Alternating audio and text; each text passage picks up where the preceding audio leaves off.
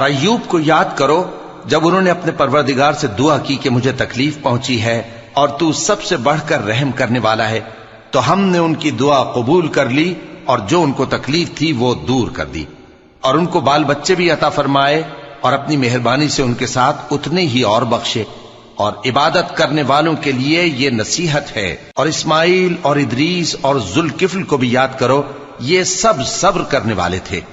اور ہم نے ان کو اپنی رحمت میں داخل کیا، بلا شبہ وہ نیکوکار تھے۔ اور مچھلی والے پیغمبر یعنی یونس کو یاد کرو جب وہ اپنی قوم سے ناراض ہو کر غصے کی حالت میں چل دیے اور خیال کیا کہ ہم ان پر گرفت نہیں کریں گے،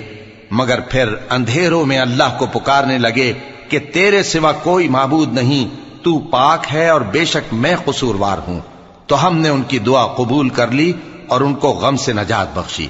اور ایمان والوں کو ہم اسی طرح نجات دیا کرتے ہیں۔